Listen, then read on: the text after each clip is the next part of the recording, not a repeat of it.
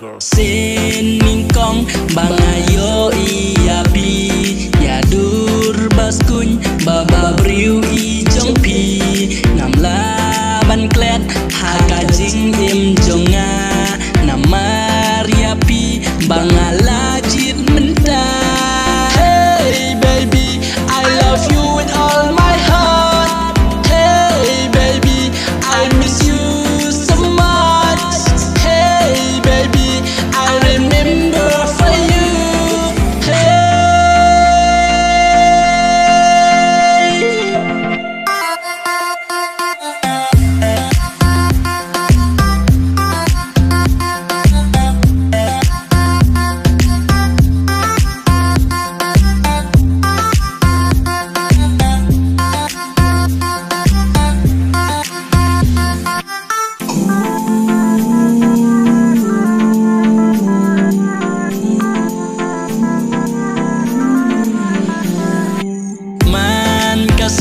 Ngajukan mau ya pi namar jingit jong ngadei tang hapi sisa bait ngakwa bandon bapi ngadu menta bapin long i jongnya.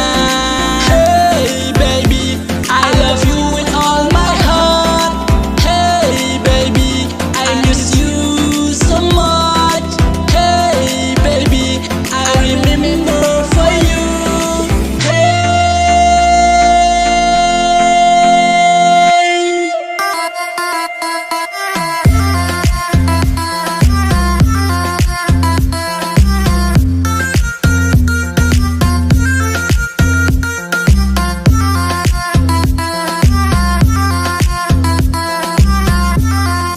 Yeah.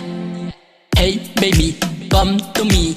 I remember only you and every day I miss you so much. Tang ya pi bait nga ichisa ngam laban len kenya kata bait yang awat le kai mo namar jing e jong ya pi nadu mensimbat kadonut.